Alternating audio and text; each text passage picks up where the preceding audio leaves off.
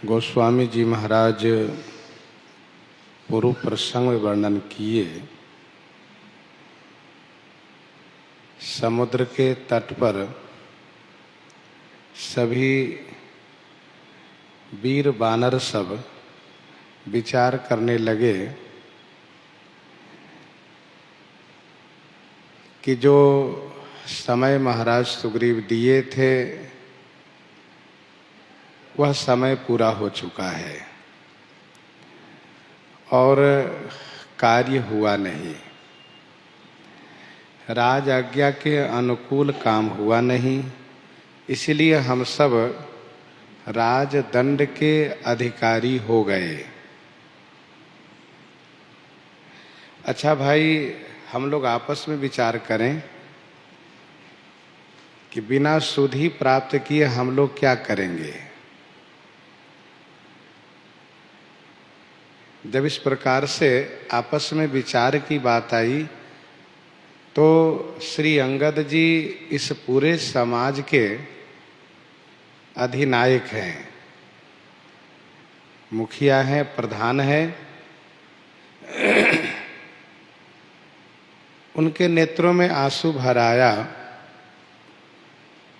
और उन्होंने कहा कि हमारी मृत्यु दोनों प्रकार से हो गई। एक प्रकार से मृत्यु इस तरह से हुई कि श्री सीता जी की सुधि नहीं मिली, और दूसरे प्रकार से मृत्यु इस तरह से हुई कि अवधि समाप्त हो गई है।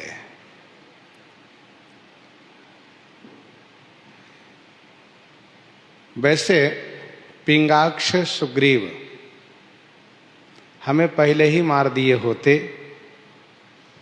लेकिन श्री राम जी ने हमें बचाया। इसमें सुग्रीव का कोई एहसान नहीं है। सुग्रीव राजा हैं और मेरे प्रति उनका अच्छा भाव नहीं है, इसलिए अब मौका पा करके वे हमें अवश्य मारेंगे। तब श्री राम जी मेरी रक्षा किए थे, लेकिन अब वे भी मेरे बचाव में क्यों आएंगे? क्योंकि हमें जो श्री राम सेवा सौंपी गई थी वह सेवा बन नहीं पाई। जो समय दिया गया था वह समय भी बीत चुका है, इसीलिए अब हमारा मरण निश्चय है।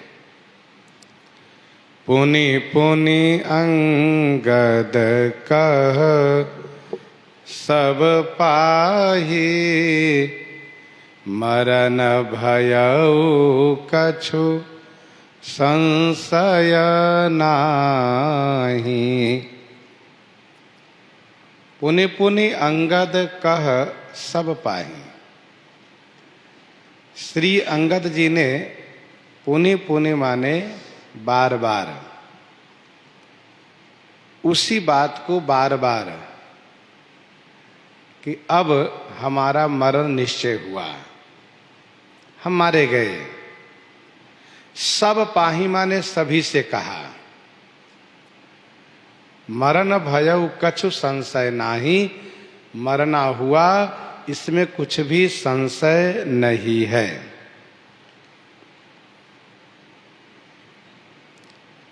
श्री अंगद जी में व्याकुलता बढ़ती चली जा रही है, इसीलिए श्री अंगद जी इसी बात को बार बार पुनरावृत्ति कर रहे हैं कि मरण भयउ कछु संशय नाही।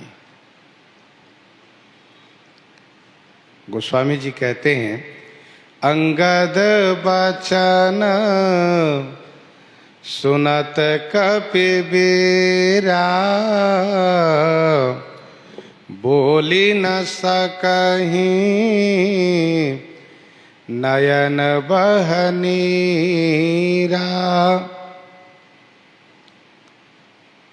बीरा कपि अंगद बचन सुनी। वीर वानर लोग श्री अंगद जी के वचन को सुन करके बोल ही न सकहीं, वे बोल नहीं सकते। नयन वह नीरा, नयन माने नेत्रों से, नीरा बह, नीरा माने अश्रु बह रहा है। अंगद बचन सुनत कपि वीरा, बोली न सकहि नयन बह नीरा।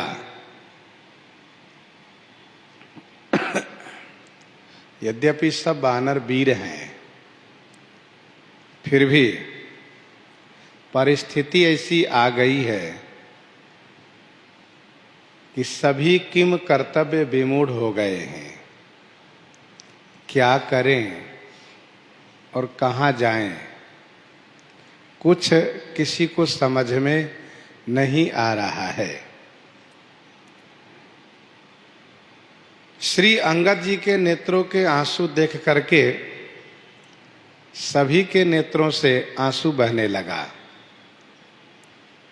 नयन बह नीरा, फिर तो क्षण एक सोच मगन होई गए, पुनियस बचन कहत सब भये।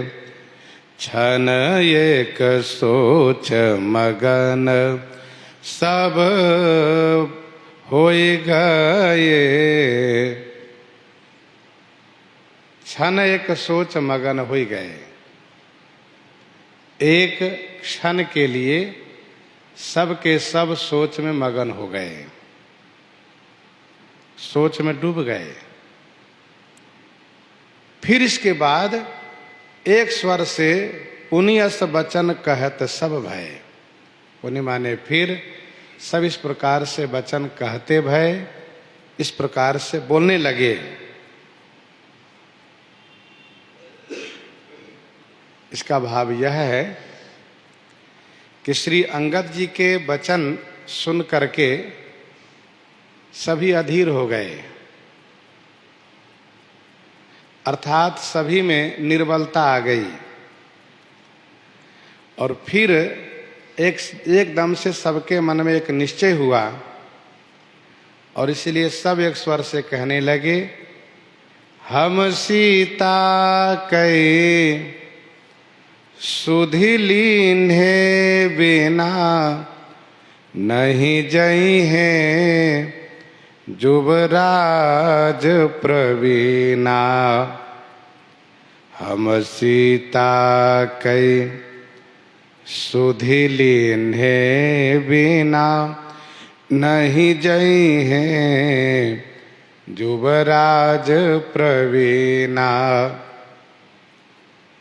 हे प्रवीण युवराज, हम सभी श्री सीता जी की सुधि लिए बिना किष्किंधा की ओर नहीं जाएंगे।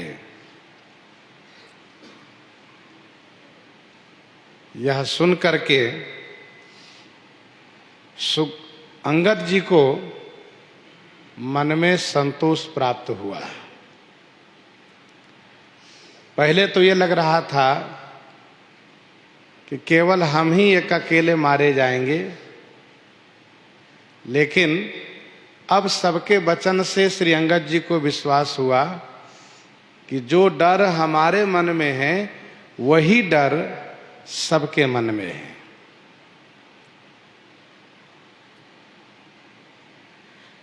हम सीता कई सुधि लीन्हे बिना,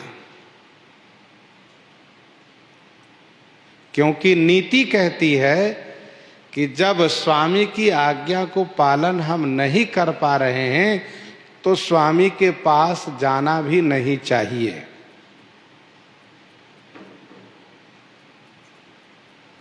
किस मुंह से जाएंगे, क्या कहेंगे उनसे, इसलिए हम लोग नहीं जाएंगे। श्रीमद् वाल्मीकि रामायण में ऐसा वर्णन है कि उसमें एक तार नाम का बानर था। उसने अपना विचार रखा कि यदि आप सब मेरे विचार से सहमत होवें तो हम सब उसी बिल में चलते हैं जहां से यहां पहुंचाए गए हैं। स्वयं प्रभा के बिल में हम लोग चलते हैं, वहां हम लोग सुरक्षित रहेंगे और वहां खाने के लिए फल, पीने के लिए पानी, रहने के लिए स्थान सब बहुत सुंदर है। हम लोग वहीं चलते हैं। यह सुनकर के श्री हनुमान जी महाराज ने खंडन किया। श्री हनुमान जी ने कहा, हे वीर वानरों, इस भ्रम में आप लोग मत रहो कि वहां सुग्रीव को जानकारी नहीं है। सुग्रीव उस स्थान को भी जानते हैं, इसलिए वहां जाकर जो हम लोग सुरक्षित होने की बात कर रहे हैं, यह उचित नहीं है। वहां भी हम लोग सुरक्षित नहीं रह सकते। इसीलिए हम लोग को जो कुछ करना हो यहीं पर सागर तट पर ही करें। चुप हो गए तार नाम के बानर। तब सबने कहा कि अब हम लोग जाएं कहां? तो विचार ये बना कि कहीं नहीं जाएंगे हम लोग। श्री हनुमान जी ने कहा कहीं जाने की आवश्यकता नहीं है, इसलिए हम लोग कहीं नहीं जाएंगे। हम लोग यहीं पर समुद्र के तट पर बैठेंगे और समुद्र सभी तीर्थों के पति हैं। यहीं पर हम लोग प्रायोपवेशन करके, अनशन करके मृत्यु को प्राप्त हो जाएंगे। जब हमारे भाग्य में मरना ही निश्चय हो चुका है, तो हम स्वामी के पास क्यों जाएं? वहां उनके हाथ से क्यों मरें? हम लोग सागर के तट पर ही मरेंगे। इस विचार को किसी ने खंडन नहीं किया, विरोध नहीं किया। फिर तो सब लोग अस कहि लवन सिंधु तट जाई, बैठे कपि सब दर्भ डसाई।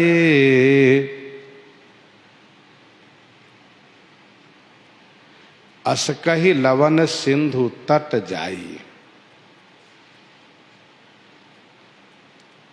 ऐसा कह करके लवन सिंधु माने खार सागर के तट पर पहुंच गए और सभी ने दर्भ डसाई। दर्भ माने कूसा बिछा करके, और वर्णन तो ऐसा भी है कि आचमन करके सब बैठ गए। अस कहि लवन सिंधु तट जाई, बैठे कपि सब दर्भ डसाई। गोस्वामी जी ने पूर्व में यह कहा है कि ठाढ़े सकल सिंधु के तीरा, सागर के तीर पर खड़े थे और अब अस कहि लवन सिंधु तट जाई। जाई माने चल कर गए। इसका क्या मतलब हुआ? तो इसका मतलब स्पष्ट है कि तट वह स्थान है जहां तक कि सागर का जल है, अर्थात बिल्कुल जल के समीप चले गए। और तीरा, तीर वह स्थान है जहां तक कि समुद्र में लहर उठने से पानी का वेग वहां तक पहुंचता है। जहां तक सागर के पानी पहुंचता है वह है तीर, और जहां वर्तमान में पानी है, जल है, वह है तट।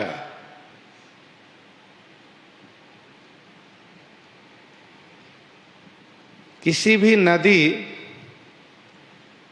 के बरसात में जहां तक पानी पहुंचता है तो वह तीर होता है, और वर्तमान जहां पानी प्रवाहित हो उसी को तट कहते हैं। वैसे सागर किनारे का भी ऐसा ही दृश्य है। जब कभी विशेष तरंगे उठती है, लहरें उठती है, जिसको ज्वार भाटा कहते हैं, तब बहुत दूर तक सागर के पानी जाता है और अन्य दिनों में सामान्य रूप से एक सीमा है, वहां तक सागर का जल आता है।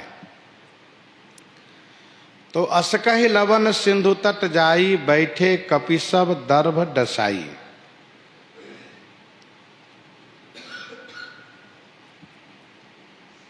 श्री अंगद जी बीच में हैं, सब तरफ से सभी बंदरों ने उन्हें घेर करके बैठ गए हैं। सभी का मुख पूर्वाभिमुख है, सभी का मुख पूर्वाभिमुख है, अर्थात पूरब की ओर मुख करके कुशा बिछा करके अंगद जी को घेर करके आचमन करके बैठे हैं।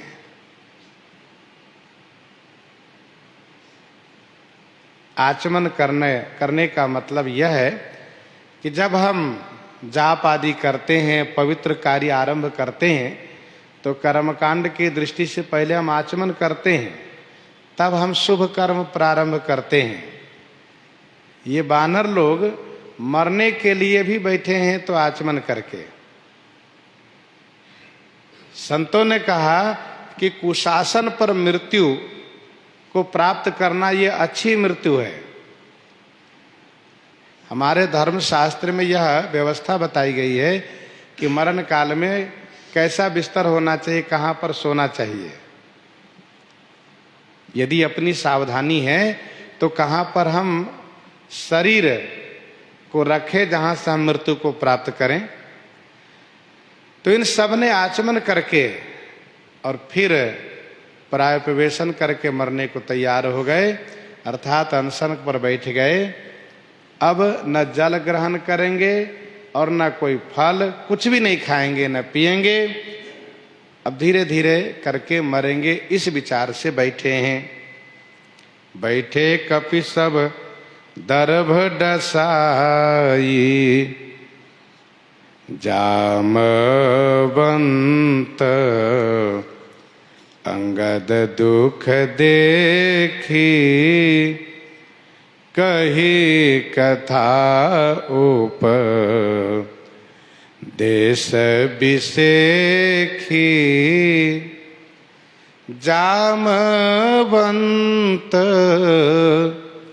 अंगद दुख देखी, कही कथा उपदेश बिसेखी। श्री जामवंत जी ने अंगद जी के दुख को देख करके बिसेखी उपदेश कथा कही, विशेष उपदेश परक कथा सुनाई। जामवंत अंगद दुख देखी, कही कथा उपदेश बिसेखी। श्री जामवंत जी बड़े ही धीरवान हैं, ब्रह्मा जी के अवतार हैं। श्री जामवंत जी कभी घबराते नहीं हैं।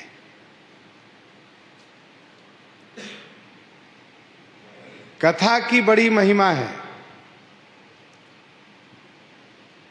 मानस जी में इस प्रसंग में यह बहुत सुंदर शिक्षा दी जा रही है कि मरने के लिए बैठे हो तब भी इधर उधर की पारिवारिक सांसारिक चर्चा मत करो। तो अरे भैया, जब मरने के लिए बैठे हो तो राम कथा कहो, सुनो। अच्छा, भगवान की कथा की इतनी बड़ी महिमा है कि जब कुछ भी समझ में ना आवे, जहां केवल एक मरना ही दिखाई दे, और वहां पर यदि कथा कहेंगे सुनेंगे तो मरण नहीं होगा, बल्कि बहुत सुंदर समाधान मिलेगा, समस्या का समाधान हो जाएगा। कुछ लोग कथा की महिमा को नहीं समझते हैं, तो वे कहते देखो हमारे जीवन में दुख आया है, इनको कथा सूझती है। कुछ लोग यहाँ तक कहते कि हमारे घर में मरण हो गया है और इनको कथा सोचती है, कथा हो जाए, कथा हो जाए। मानस जी में तो यहां तक वर्णन है कि मृत्यु उपरांत सब घर में पड़ा हो फिर भी कथा होती है। तब वशिष्ठ मुनि समय समय कही अनेक इतिहास, शोक निवार्यो सबहि कर निज विज्ञान प्रकाश। श्री गुरु वशिष्ठ जी कथा सुना करके उपदेश करते हैं। बालिका सब परा है, तारा रुदन कर रही है। वहां क्या होता है? वहां पर तारा विकल देखी रघुराया, दीन ही ज्ञान हरिलिनी माया, क्षितिजल पाव गगन समीरा। कथा सुनाते हैं श्री राम जी। अच्छा, लोक रीति यह है कि मृत्यु उपरांत उस व्यक्ति की चर्चा करके शोक करते हैं। वो भी जरूरी है, करना चाहिए, लेकिन साथ साथ जीवन में धर्म उपदेश भी होना चाहिए। धर्म उपदेश होने से उस व्यक्ति के प्रति वह जो मोह होगा उसका भंग होगा, जिससे मृत व्यक्ति के आगे का मार्ग प्रशस्त होता है, उसका मार्ग अवरुद्ध नहीं होता है।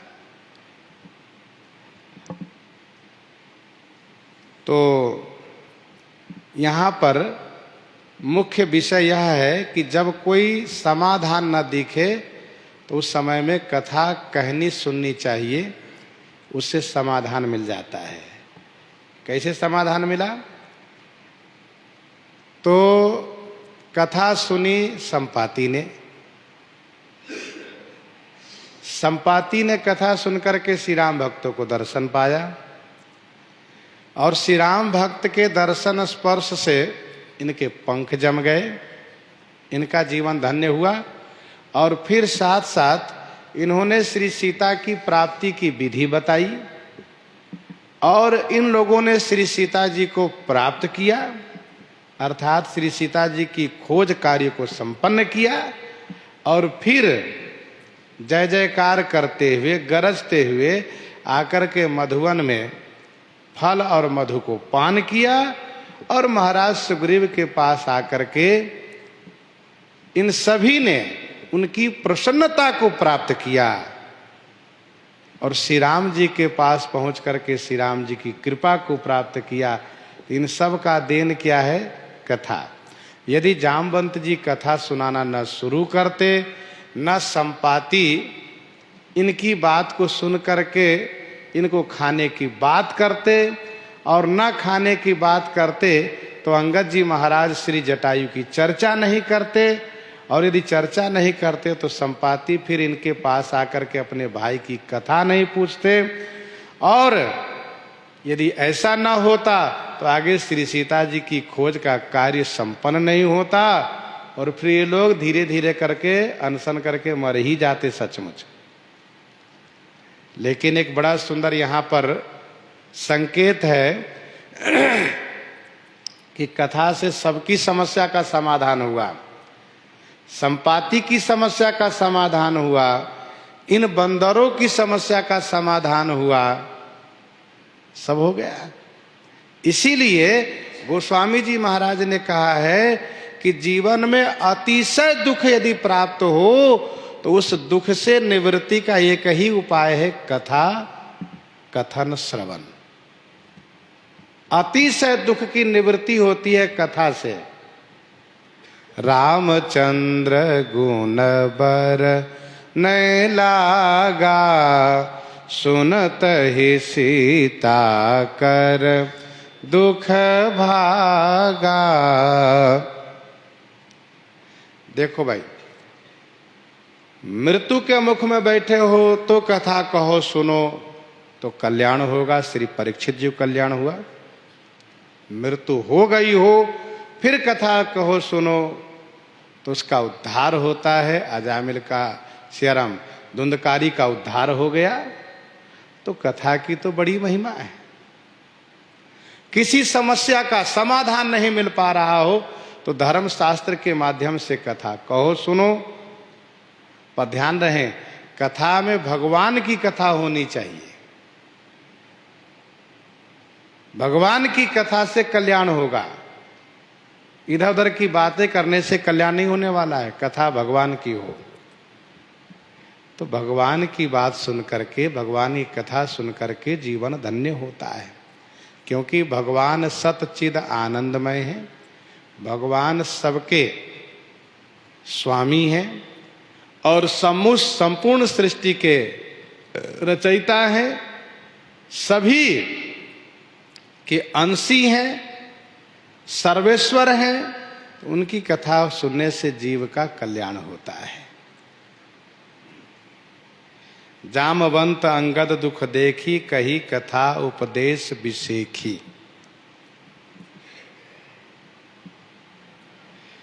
सामान्य ज्ञान की बात करो तो वह उपदेश है, सामान्य ज्ञान की बात करो तो वह उपदेश है, और परमार्थ की चर्चा करो तो वह विशेष उपदेश है। कही कथा उपदेश विशेखी।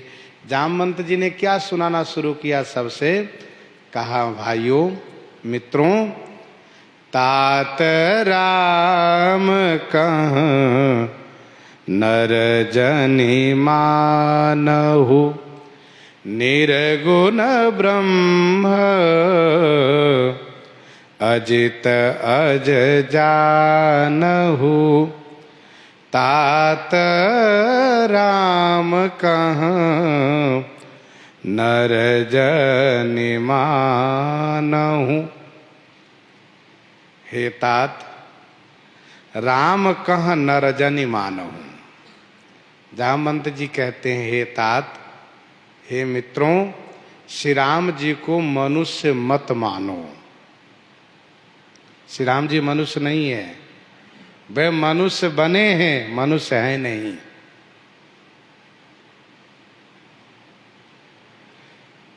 उनको पांच भौतिक शरीर मत समझो, उनको कर्म में बंधन में, कर्म के बंधन से जन्म हुआ मत समझो। वे प्रकृति के गुण से बंधे हुए ऐसा मत समझो। फिर श्री जामवंत जी ने कहा, वे निर्गुण ब्रह्म हैं। निर्गुण निराकार ब्रह्म जिनको कहते हैं वही निर्गुण ब्रह्म है। और वे अजित हैं, उनको कोई जीत नहीं सकता। और वे अजन्मा हैं, उनका जन्म नहीं होता। ऐसा जानो, समझो।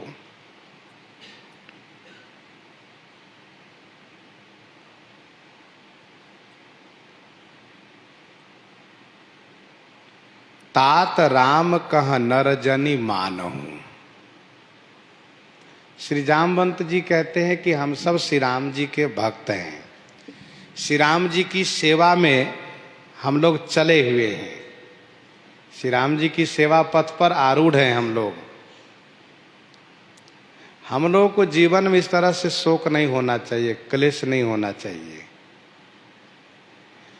अंगद जी जिस प्रकार से अधीर हो रहे हैं, इस प्रकार से अधीर इनको नहीं होना चाहिए।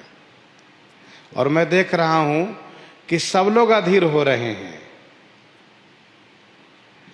और इस अधीरता का कारण यह है कि हम लोग श्री राम जी के ईश्वरत्व को विस्मृत कर जा रहे हैं, उनके ऐश्वर्य को नहीं समझ रहे हैं। और यह बात बिल्कुल सत्य है कि जब हम श्री राम जी की प्रभुता को भुलाते हैं तभी हम सांसारिक क्लेश से क्लेशित होते हैं।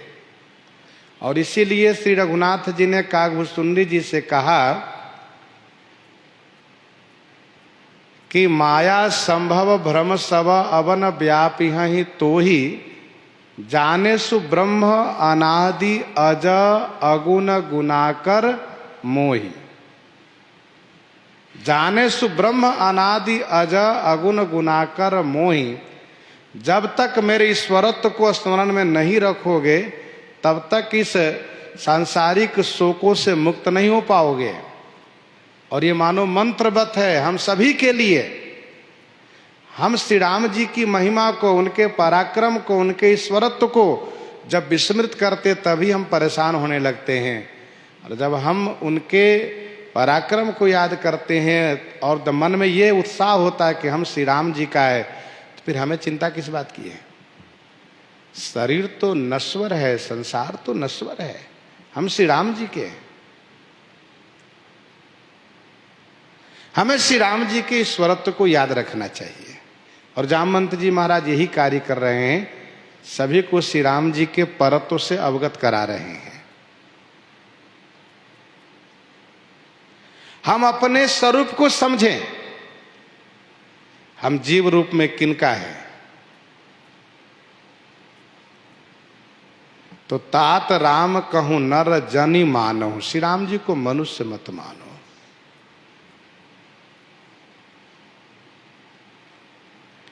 अंगद जी महाराज इस उपदेश को बड़े ध्यान से सुन रहे हैं, और जब मौका इनको मिला है तब इन्होंने रावण को फटकारते हुए कहा,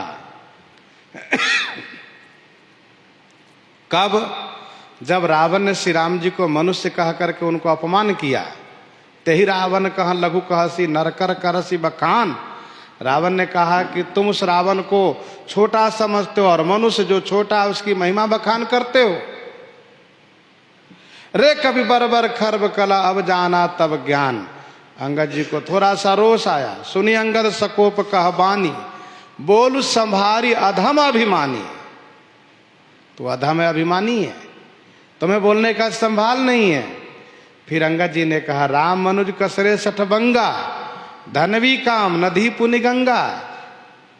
पशु सुरधेनु कलप तरु रूखा, अन्नदान अरु रस पीऊखा। बैन तेखा गहिषा सानन, चिंता मन पुनि उपलद शानन। तमाम उदाहरण श्री अंगद जी ने रावण के सामने रखा।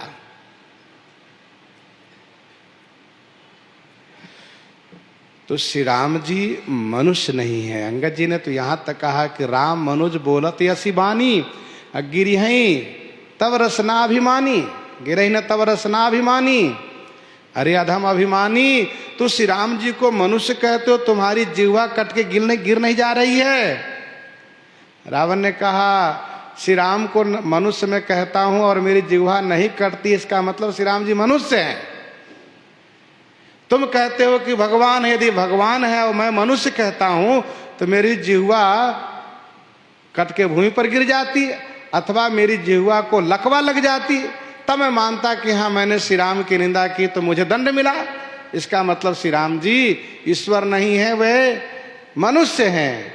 अंगद जी ने कहा, नहीं नहीं ऐसा नहीं, तब केवल तुम्हारी जिह्वा को दंड मिलता, लेकिन अब तुम्हारी जिह्वा के सहित पूरे सिर को दंड मिलने वाला है। गिरिहि रसना संशय नाही, सिरनि समेत समर महिमाही। इसलिए तुम्हारी जिह्वा भूमि पर नहीं गिर रही है। तो श्री जामवंत जी जिस बात को कह रहे हैं, इस बात को अंगद जी बड़े ध्यान से सुन रहे हैं। तात राम कहूं नर जनि मानहु। और हाँ, हम आपको भी कम से कम श्री जामवंत जी के उपदेश को ध्यान रखना चाहिए कि श्री राम जी मनुष्य नहीं है, वे मनुष्य बने हैं। श्री राम जी मनुष्य बने हैं, लीला स्वरूप को धारण किए हैं, भक्तों के मनोरंजन के लिए, लीला करने के लिए लीला स्वरूप लीला विग्रह धारण किए हैं। और उस लीला विग्रह में भी श्री राम जी के ईश्वरत्व में कहीं कोई कमी नहीं है। तभी तो भगवान शिव कहते हैं, राम सच्चिदानंद दिनेशा, राम सच्चिदानंद दिनेशा, नहीं तह मोह निशा, लवलेशा सहज प्रकाश रूप भगवाना। ये उस समय भी सहज प्रकाश रूप भगवाना। जामवंत जी ने कहा, सुनो, श्री राम जी का अयोध्या जी में अवतार हुआ। श्री चक्रवर्ती महाराज दशरथ जी उनके पिताजी हैं, हम आप जानते हैं भली बात ही। तो लगता है कि जैसे हम सब जीव का जन्म हुआ वैसे उनका भी जन्म हुआ। ऐसा नहीं, उनका जन्म नहीं हुआ, वे प्रकट हुए।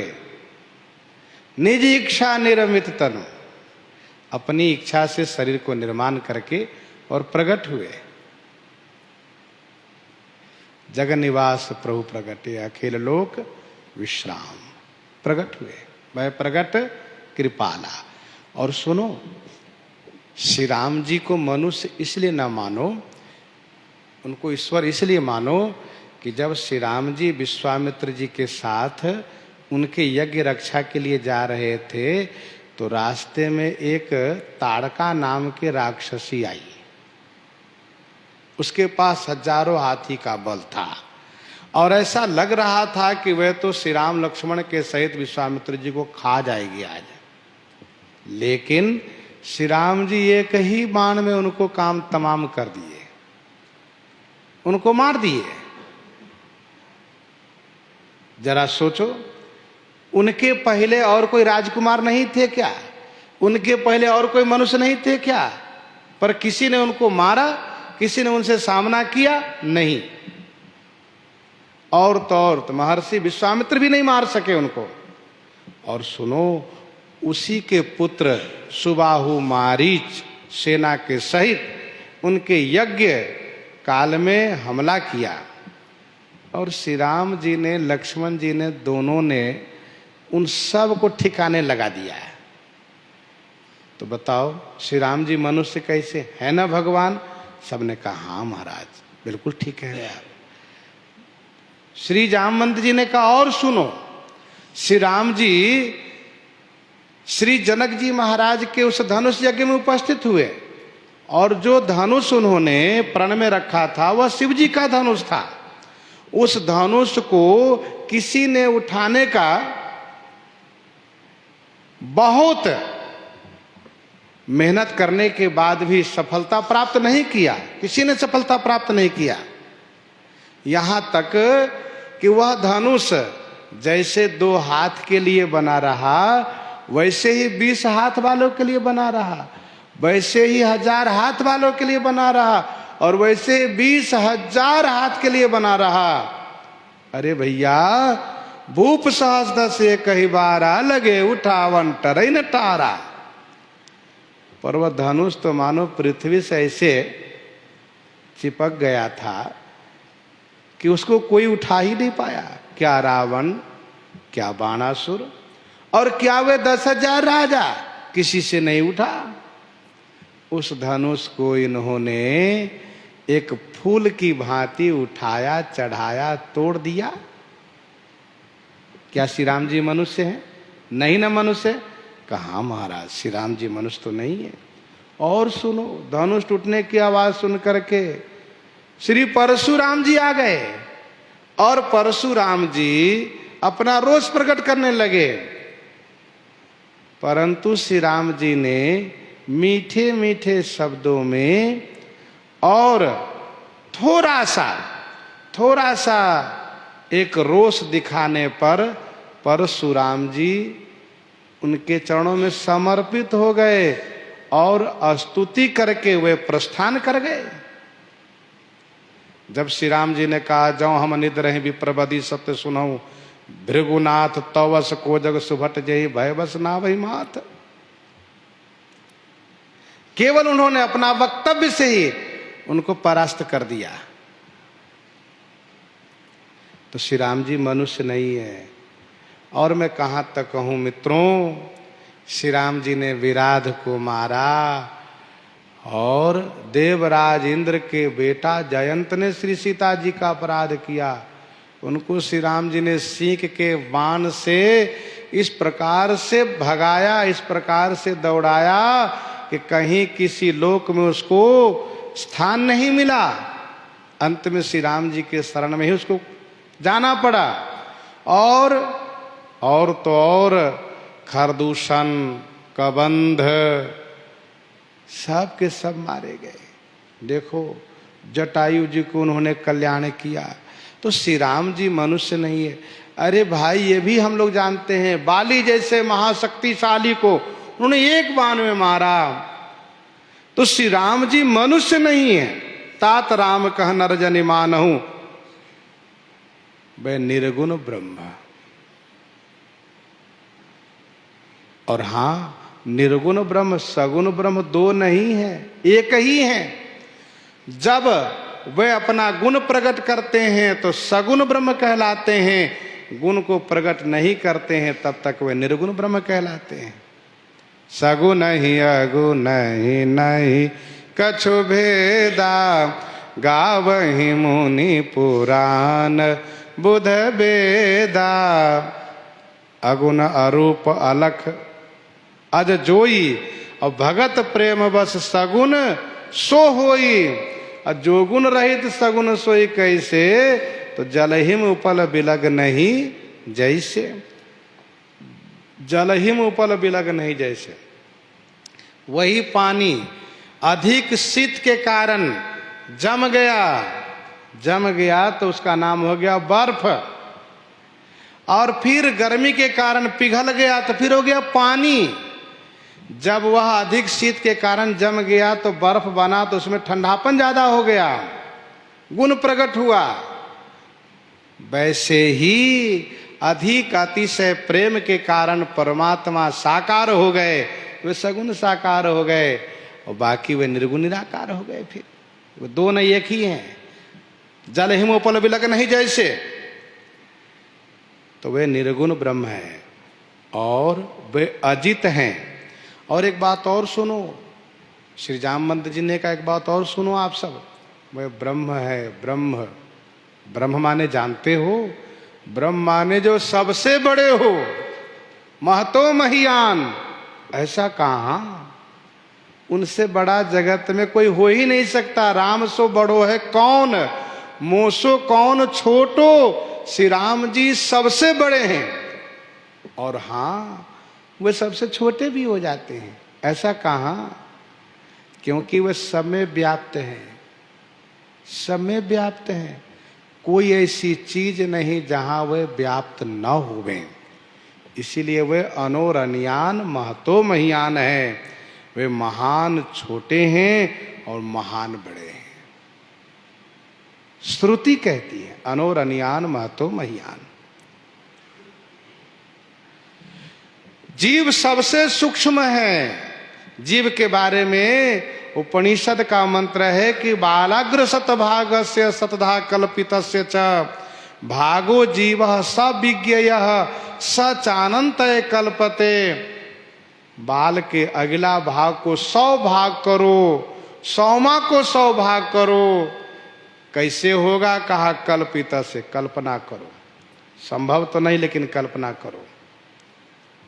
इतना सूक्ष्म यह जीव है। उस जीव के भीतर ये ब्रह्म बैठे हैं, इसलिए ब्रह्म से छोटा कोई हो नहीं सकता। जीव को कोई नष्ट नहीं कर सकता, ब्रह्म को कौन नष्ट कर पाएगा। वह ऐसी शक्ति है कि उसको कोई मिटा नहीं सकता। तो वह ब्रह्म है। महतो महियान इतने बड़े हैं, इतने बड़े हैं कि देखो, एक ब्रह्मांड की हम लोग चर्चा करते हैं, ऐसे एक नहीं अनंत करोड़ों अरबों की संख्या में, अरबों खरबों की संख्या में उनके एक रोम कूप में ब्रह्मांड बैठे हुए, ब्रह्मांड लगे हुए हैं। देख रावा मात ही निज अद्भुत रूप अखंड, रोम रोम प्रतिलागे कोटि कोटि ब्रह्मांड। न उनसे हटके कोई चीज है और ऐसी चीज नहीं है जिसमें वे नहीं हो। सब में है वे, और सबसे अलग भी हैं। तो वे ब्रह्म हैं। और हाँ, अजित हैं। अजित हैं। काल कर्म गुण और स्वभाव, काल कर्म गुण और स्वभाव जिसके हम आप जीव सब अधीनस्थ हैं, वही काल कर्म गुण स्वभाव भगवान के आगे हाथ जोड़े खड़े हैं। वे भगवान को परास्त नहीं कर सकते। तात राम नहीं नर भूपाला, भुवनेश्वर कालहु कर काला। ऐसे वे अजित हैं। जीती को सकई अजय रघुराई। अजित है। हम लोग अजित नहीं है। कोई अपने आप को बड़ा घमंड करता हो कि हम अजीत हैं, हमें कोई परास्त नहीं कर सकता, वो भी बेचारे एक समय वह आता है कि उस मरणासन बिस्तर पर पड़ा हुआ मृत्यु की प्रतीक्षा करते हुए और डॉक्टर की निगरानी में तमाम प्रकार के उपचारों के बाद वह लाचार विवश दिखाई देता है और फिर वह हार जाता है, परास्त हो जाता है, कुछ नहीं चलता उसका। तो जो अपने आप को बहुत बड़े बलवान मानता है वो भी एक दिन घुटने टेकते हुए पाए जाते हैं। लेकिन श्री राम जी अजीत हैं, उन्हें कोई जीत नहीं सकता, न उनको काल जीत सकता है, न कर्म, न गुण, न स्वभाव। और अज माने उनका जन्म नहीं होता, उनका आविर्भाव होता है। आविर्भाव माने प्रकट होते हैं, उनका तिरोभाव होता है, माने वे अदृश्य हो जाते हैं, वे अजन्मा हैं। वे हम सब जीव के तरह, वे हम सब जीव के जैसे कर्म बंधन में बंध करके गर्भवास करके जन्म नहीं लेते। एक वही हैं जो संपूर्ण जीवों को कर्म बंधन के माध्यम से जन्म मरण के चक्कर में घुमाते रहते हैं और वे उन सब से मुक्त हैं, अज हैं वे। कभी कभी उनको मन में आता है कि ये सब जन्म लेते हैं, सबको मैं जन्म देता हूँ, एक बार मैं भी जन्म लेके देखूं कैसे क्या होता है। तो वे जन्म लेते हैं, वे मनुष्य बनते हैं, लीला करते हैं, लेकिन उस अवस्था में भी वे सच्चिदानंद हैं, वे ब्रह्म है, परमात्मा है, ऐसा समझो। जन्म क्या है? आत्मा और शरीर का संबंध ही जन्म है और बिछो ही मरण है। जन्मे देह संबंधो मरने देह वियोगः। अब जामवंत जी ने श्री राम जी के परत्व को खूब बढ़िया से व्याख्यान किया और फिर कहा, सुनो भैया, हम सब सेवक अति बड़ भागी, संतत सगुण ब्रह्म अनुरागी। हम सब सेवक अति बड़ भागी, हम सब उस परमात्मा के, उस सगुण साकार के सेवक हैं, इसलिए हम सब अति बड़ भागी है। संतत सगुण ब्रह्म अनुरागी, संतत माने हमेशा सगुण ब्रह्म के अनुरागी हैं। क्या बढ़िया बात है। कर्म कांडी, बैरागी, कर्म कांडी वैराग्यवान, जिसके जीवन में कर्म प्रधान है, ऐसे कर्म कांडी वैराग्यवान भाग्यवान है। ज्ञान कांडी ज्ञानी, ये बड़भागी हैं और सगुण साकार के उपासक अति बड़भागी हैं। क्योंकि जो आनंद सगुण साकार के भक्तों को मिलता है वह आनंद उनको नहीं मिलता है। कर्मकांडी बेचारे कर्म के देश में परेशान है, विधि निषेध के पालन करने में वो जीवन भर परेशान है। ये पवित्र है, यह अपवित्र है, इसको ऐसा करो, उसको वैसा करो। उनको पास भजन करने का समय नहीं मिल पाता है। कर्म करना चाहिए, लेकिन ऐसा कर्म नहीं कि पता चला भजन के मौका ही ना मिले। और हाँ, ज्ञान कांडी है, वो भी परेशान है, ध्यान धारण करते हुए क्या परमात्मा मेरे ध्यान में आ जाए।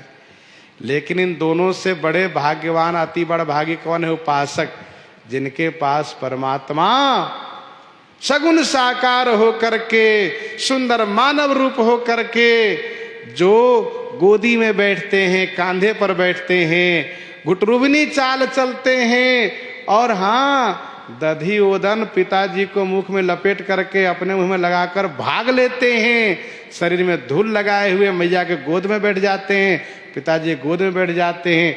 ये आनंद उन कर्मकांडी और ज्ञानियों के नसीब में कभी है ही नहीं। तभी तो कहा जय सुख लागे पुरारी अशुभ वेश कृत शिव सुखद अवधपुरी नर नारी तेहि सुख मह संतत मगन सोई सुख लवलेश जिन बारक सपने लयो ते नहीं गनहि खगेश ब्रह्म सुखई सज्जन सुमति। जो सुख अयोध्यावासी, जो सुख ब्रजवासी को मिला, वो सुख त्रैलोकवासी में से किसी के भाग्य में नहीं है।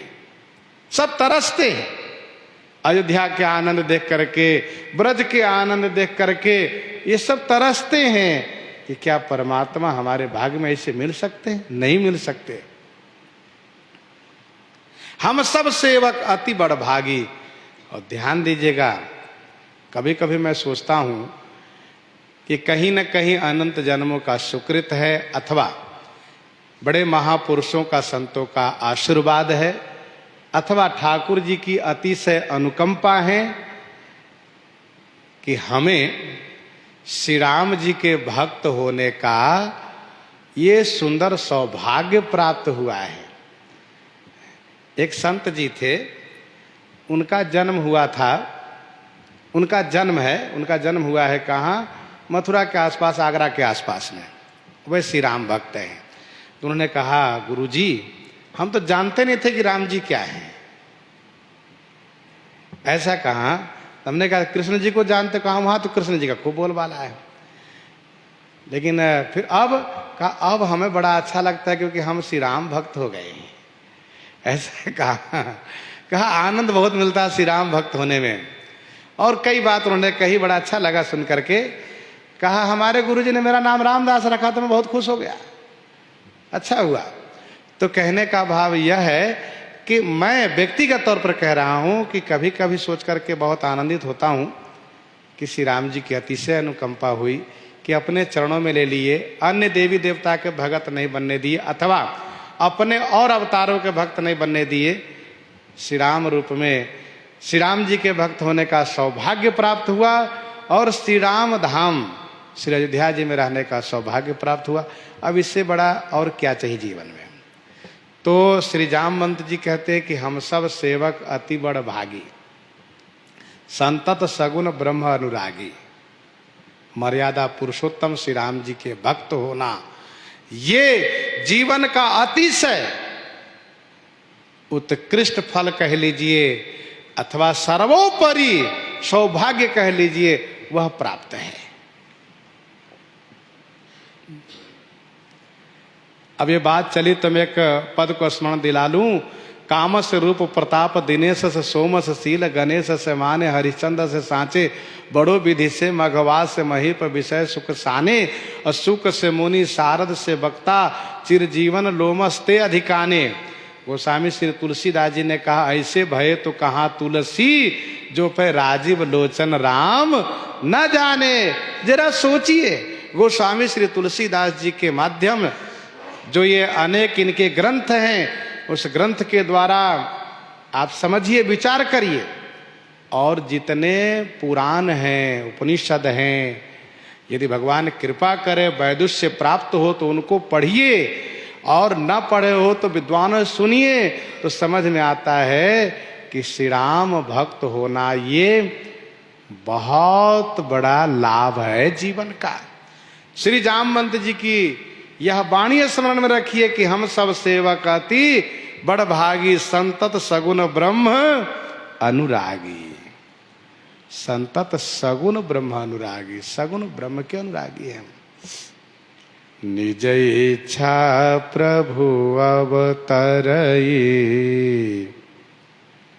सुरमहि गो द्विज लागी सगुन उपासक संग तहाँ रहहि मोक्ष सब त्यागी रहहि मोक्ष सब त्यागी। निज इच्छा प्रभु अवतरई। प्रभु निज इच्छा माने अपनी इच्छा से अवतार लिए। क्यों अवतार लिए? भैया अवतार लिए हैं सूर मही गो द्विज लागी। सूर देवता, मही पृथ्वी, गो माने गौ और द्विज माने ब्राह्मण, इन सब के लिए अवतार लिए हैं। विप्रधेनु सुर संत हित लीन्ह मनुज अवतार। विप्रधेनु सुर संत हित लीन्ह मनुज अवतार। कहाँ जहां ऐसे अवतार होता है तहां सगुण उपासक भक्त सब मोक्ष त्यागी संग रहही। सभी मोक्ष सुख को परित्याग करके संग रहते हैं, अर्थात सामीप्य मुक्ति को प्राप्त करते हैं, संग रहते हैं और कुछ नहीं चाहते।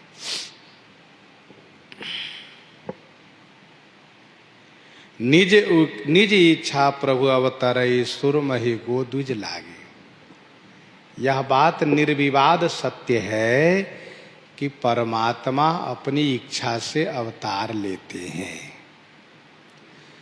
जिन्होंने जगत को बनाया है, जे सृष्टि उपाई त्रिविध बनाई, संग सहाय न दूजा, उस सृष्टि में स्वयं अपनी इच्छा से आते हैं। उपनिषद में ये भी कहा है मुख्य तस्य ही कारुण्यम। उनके अवतार का मुख्य कारण है उनकी करुणा, और करुणा का कारण है भक्त का प्रेम। भक्त में अतिशय प्रेम देखते हैं तो उनमें करुणा जागृत होती है। ठाकुर जी कहते हैं विभीषण जी, तुम सारिखे संत प्रिय मोरे, तुम सारिखे संत प्रिय मोरे, धरऊ देह नहीं आन निहोरे, धरऊ देह नहीं आन निहोरे। तो निज इच्छा प्रभु अवतरे, अपनी इच्छा से अवतार लेते हैं, किसी बंधन से नहीं। इच्छा में नरवेश संवारे, होई हूं प्रगट निकेत तुम्हारे। इच्छा में नरवेश संवारे। अच्छा, भगवान तो निराकार हैं, कोई उनका आकार नहीं है, निर्गुण है। तो जब आकार लेते हैं तब सोचते हैं इतना सुंदर बनूं, इतना सुंदर बनूं, इतना सुंदर कि जिन सुंदरता की चर्चा सब जगह हो रही है, उससे भी कहीं बढ़ करके मुझ में सुंदरता का दर्शन भक्त लोग कर पाए। इसलिए भगवान जब सांवले भी होते हैं तब भी बड़े सुंदर होते हैं। वैसे लोगों ने कहा कि गौरांग हो तो सुंदरता होती है। भगवान गौर शरीर में भी आते हैं, लेकिन भगवान कहते हैं देखो हम सांवले बनते हैं तब भी लोगों को बिल्कुल प्यारे लगते हैं। कहा देखो आंख में जो पुतली है ना वो काली है, फिर भी सबको बड़ी प्यारी है। वैसे हम सांवले हैं फिर भी सबको बहुत प्यारे लगते हैं। तो निज इच्छा प्रभु अवतरई, अपनी इच्छा से, काल कर्म गुण स्वभाव के बंधन में नहीं, अपनी इच्छा से। बहुत सुंदर सांवले सलोने भगवान बन के आते। अच्छा, लोगों ने कहा कि सांवले ही क्यों बना करते हैं ज्यादातर? कहा सांवले इसलिए बनते हैं क्योंकि सांवला जो है ना श्रृंगार का रंग है, और श्रृंगार लोगों को ज्यादा प्रिय है। ये बताओ कौन ऐसा व्यक्ति है, चाहे स्त्री हो या पुरुष हो, जिनको श्रृंगार अच्छा न लगता हो? हर व्यक्ति कम से कम अपना बाल को सही करेगा, चेहरे को बढ़िया बनाएगा, माला पहनेगा, बढ़िया वस्त्र पहनेगा और बढ़िया सज धज करके टोपी दुपट्टा गमछा लगा के निकले कि हम सुंदर लगे। ये श्रृंगार है, और श्रृंगार की मूर्ति भगवान बन लेते हैं। श्यामो भवति श्रृंगारः, बड़े सुंदर लगते हैं। निज इच्छा प्रभु अवतरई सुरमहि गो द्विज लागी। एक बात और मैं स्पष्ट कह दूं कि भगवान की सुंदरता के आगे दुनिया की सारी सुंदरता फेल है, कहीं कोई सुंदरता है ही नहीं, सारी सुंदरता तो भगवान में है। दुनिया में कहीं किसी में सुंदरता यदि दिखती भी है तो वह कुछ काल के लिए, आज सुंदर दिख रहे हैं, कल देखो तो बेचारे बिल्कुल असुंदर लगते हैं, क्या बात है, बीमार पड़ गए, अच्छा एक ही दिन में सुंदरता चली गई। लेकिन हमारे ठाकुर जी की सुंदरता शाश्वत सनातन है, एक जैसे हमेशा दिखते हैं, और इसीलिए वे सनातन कहे जाते हैं, शाश्वत कहे जाते हैं।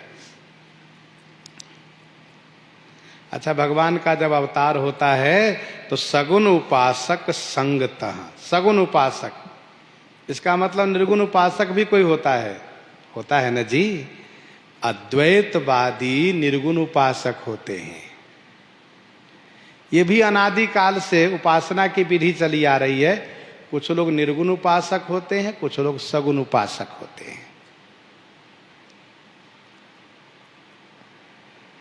श्री काकभूषुंडी जी ने लोमा जी से प्रार्थना किया कि महाराज ऐसा करिए कि पहले मुझे भगवान का दर्शन करा दीजिए और फिर आप निर्गुण उपदेश करिएगा तो मैं सुनूंगा, अभी मुझे नहीं अच्छा लग रहा है।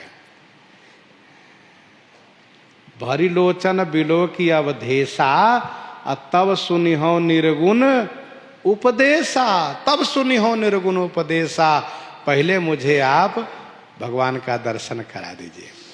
अब जरा सोचो, जो रसमलाई का स्वाद ले लेगा रसगुल्ला का, क्या उसको गुड़ अच्छा लगेगा? मीठा तो दोनों है। और कहो ये भी शक्कर से बना हुआ लड्डू, इसको खा लो, ना ना भाई, अबे रसमलाई का आनंद तो अलग ही है, अब मुझे नहीं खाना है।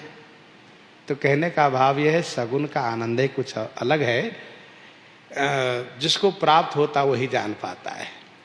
सगुन उपासक संगतः रहे मोक्ष सब त्यागी, सभी मोक्ष को परित्याग करते हैं। सभी मोक्ष में कौन कौन मोक्ष? जैसे कि सालोक्य मुक्ति, भगवान के लोक में जाना, सामीप्य मुक्ति, सारूप्य मुक्ति मान रूप धारण कर लेना, सायुज्य मुक्ति अर्थात उनके दिव्य जो श्रृंगार है वस्त्र भूषण उस रूप में हो जाना। इसके बाद भी मुक्ति का और भी नाम है, श्राष्टी मुक्ति एक नाम है। सालोक्य, सामीप्य, सारूप्य, सायुज्य एक नाम है श्राष्टी, अर्थात इंद्र आदि जैसे ब्रह्मादि जैसे वैभव प्राप्त कर लेना, श्राष्टी मुक्ति। इसके बाद भी मुक्ति का और भी नाम है, जैसे कि ऐक्य मुक्ति, कैवल्य मुक्ति, ये कई तरह से मुक्ति के नाम अलग अलग है। इसलिए यहाँ पर जामवंत जी ने कहा सब मोक्ष त्यागी संग रहे, सब मोक्ष छोड़ करके साथ में रहते हैं। मुक्ति निरादर भगति लुभाने, मुक्ति निरादर भगति लुभाने। गोस्वामी जी कहते हैं सगुणोपासक मोक्षन लेहि, तिन कह राम भगति निज देहि। और फिर वह दुआ याद कर लीजिए, स्मरण कर लीजिए। जय सुख लागी पुरारी अशुभ वेश कृत, शिव सुखद अवधपुरी नर नारी, तेहि सुख मह संतत मगन, सोई सुख लवलेश जिन बारक सपन हूँ लहू, ते नहीं गनहि खगेश, ब्रह्म सुख ही सज्जन सुमति। जीवन मुक्त ब्रह्म पर चरित सुनहि तज ध्यान, जे हरि कथा न करहि रति, तिनके ये पाषाण।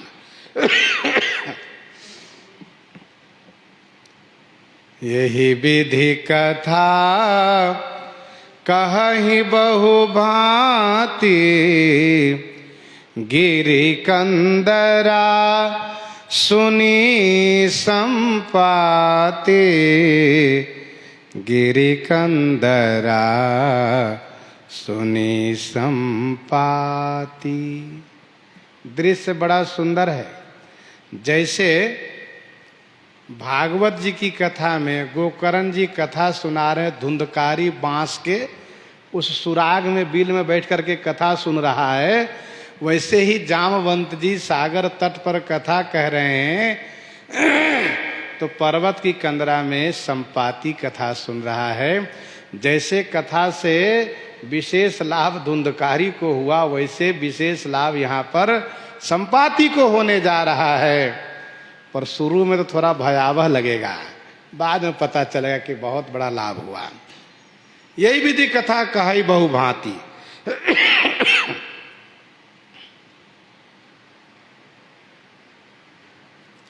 पहले जामवंत जी ने कथा सुनाई और फिर सबने कथा सुनाना शुरू किया।